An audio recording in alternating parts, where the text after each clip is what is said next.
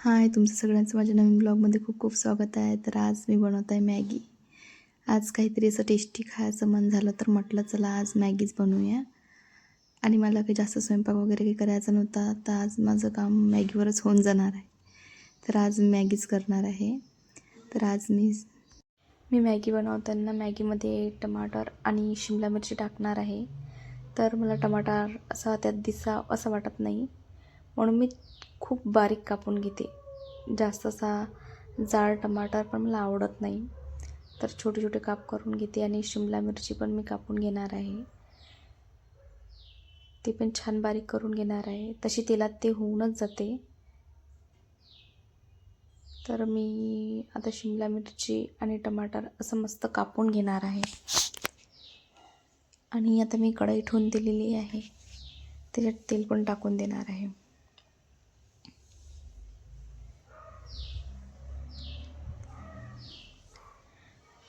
मला तिखट अशी जास्त मॅगी आवडते, तर मी त्यात मस्त चटणी पण टाकून घेत असते. तर त्यात मी तेल टाकून दिलेलं आहे पहिले तर. आणि छान मस्त असं तेल तपल्यानंतर मी त्याच्यात मी टमाटर आणि शिमला मिरची टाकून घेणार आहे. तेलात खूप छान वेळ असं मस्त हे होऊ देणार आहे, म्हणून पहिलेच मी टमाटर आणि शिमला मिरची टाकून घेतलेली आहे. आणि त्याच्यानंतर मी त्याच्यात बाकीचं काही सामान टाकून देणार आहे. आता त्याच्यानंतर ते छान होऊ देणार आहे. आणि नंतर मी त्याच्यात मोहरी वगैरे टाकून घेणार आहे.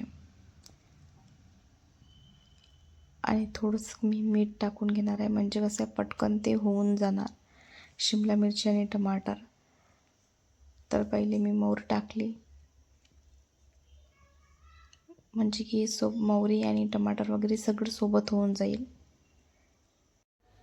आणि सोबतमध्ये मीठ पण मी यासाठी टाकलं की मिठाने पटकन भाजी अशी होऊन जाते, म्हणून थोडंफार टाकलं होतं. आणि छान मस्त आता मी होऊ देणार आहे हे.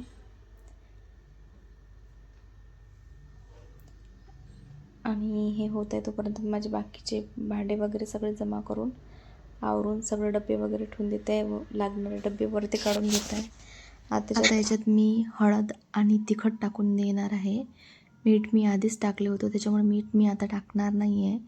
आता हळद आणि तिखट टाकून घेणार आहे. आणि पहिले तर डब्यात जिथे तिथे ठेवून दिले आहे.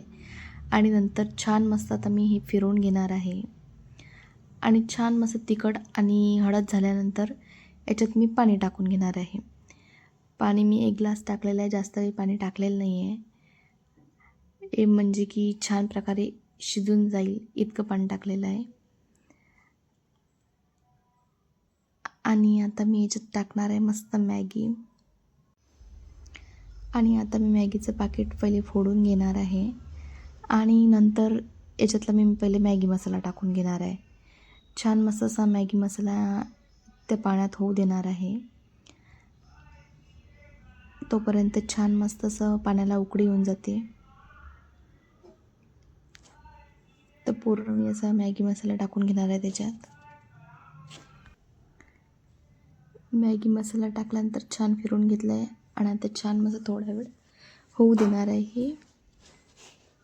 जोपर्यंत त्याला छान अशी मस्त उकळी आली की त्यात टाकून देणार आहे. आणि पावर जास्त असल्यामुळे, स्पीड जास्त असल्यामुळे पाण्याला पटकन उकळी आलेली आहे. आणि मी आता मॅगी त्यात टाकून घेणार आहे. आणि मॅगी टाकल्यानंतर छान मस्त असं फिरवून घेणार आहे. जोपर्यंत छान मस्त अशी मॅगी आता शिजत नाही तोपर्यंत मस्त मॅगी होऊ द्यायची आहे. आणि त्यातलं पूर्ण असं पाणी पूर्ण आटून घेणार आहोत. मला असं सुकी सुकी मॅगी खूप जास्त आवडते, पण तरी मी खूप जास्त पाण्यात ही अशी होऊ देतो, म्हणजे की ती खूप छान प्रकारे शिजून जाते. छान अशी मस्त आता माझी मॅगी तयार झालेली आहे. तुम्हाला ही माझी मॅगी कशी वाटली कमेंट करून नक्कीच सांगा. आवडली असेल तर लाईक, शेअर, सबस्क्राईब करायला विसरू नका. भेटूया पुन्हा नवीन ब्लॉगमध्ये. तोपर्यंत